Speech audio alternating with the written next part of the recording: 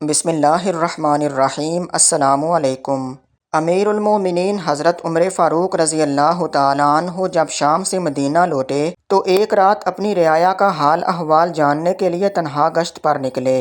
ان کا گزر ایک بڑھیا کے قریب سے ہوا جو اپنے خیمے میں بیٹھی تھی۔ آپ اس کے پاس گئے۔ بڑھیا نے آپ سے پوچھا، ارے میاں، عمر کا کیا ہوا؟ آپ رضی اللہ تعالیٰ عنہ نے جواب دیا کہ وہ شام سے بخیر و عافیت واپس لوٹ آیا ہے۔ بڑھیا نے کہا کہ میری طرف سے تو اللہ اسے کوئی بہتر بدلہ نہ دے۔ آپ نے فرمایا، وہ کیوں؟ وہ جب سے امیر المومنین بنا ہے اس کی طرف سے ہمیں کوئی درہم ملا ہے نہ کوئی دینار۔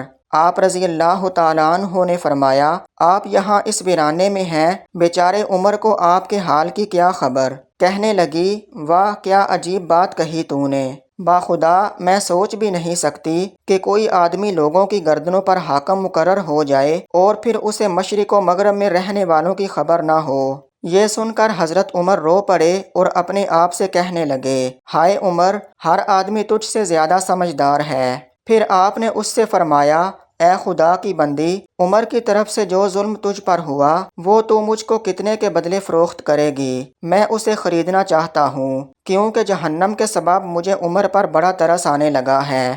بڑھیا بولی، خدا آپ کا بھلا کرے، برائے مہربانی مجھ سے مذاق نہ کیجیے، بھلا ظلم بھی کسی نے خریدا ہے؟ آپ رضی اللہ تعالیٰ عنہ نے فرمایا، میں مذاق نہیں کر رہا۔ آپ اس سے اس کا دکھ اور اس کی مظلومیت خریدنے پر اصرار کرتے رہے، یہاں تک کہ آپ نے 25 دینار کے بدلے اس کا دکھڑا خرید لیا۔ ابھی آپ بڑھیا سے باتیں کر ہی رہے تھے کہ اچانک حضرت علی رضی اللہ تعالیٰ عنہ اور حضرت ابن مسعود رضی اللہ تعالیٰ عنہ آپ کے قریب آئے اور کہا، امیر المومنین، آپ کو ہمارا سلام ہو۔ امیر المومنین کا لفظ سن کر بڑھیا کے اوسان خطا ہو گئے۔ اس نے یہ کہتے ہوئے اپنا ہاتھ سر پر دے مارا، ہائے میری کم بختی، میں امیر المومنین کو منہ پر گالی دے بیٹھی۔ حضرت عمر رضی اللہ تعالیٰ عنہ نے اس سے فرمایا، خدا تجھ پر رحم کرے، کوئی بات نہیں۔ پھر آپ نے لکھنے کے لیے دائیں بائیں کاغذ کا ٹکڑا تلاش کیا مگر کوئی ٹکڑا آپ کو نہ ملا۔ مجبوراً آپ نے قمیض کا ٹکڑا پھاڑا اور اس پر درج ذیل چند سطریں تحریر فرمائیں۔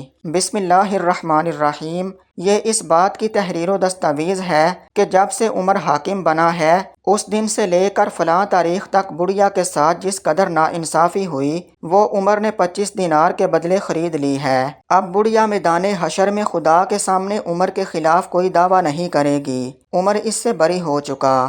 علی بن ابی طالب اور عبداللہ بن مسعود اس سودے کے گواہ ہیں۔ کپڑے کے ٹکڑے پر لکھی یہ دستاویز آپ نے اپنے بیٹے کے حوالے کر دی اور ان سے فرمایا کہ جب میں مر جاؤں تو اسے میرے کفن میں رکھ دینا اور اس کے ساتھ ہی میں اپنے پروردگار سے ملوں گا۔ ایک روایت میں ہے کہ یہ دستاویز آپ رضی اللہ تعالیٰ عنہ نے سیدنا ابو طلحہ رضی اللہ عنہ کے حوالے کر دی۔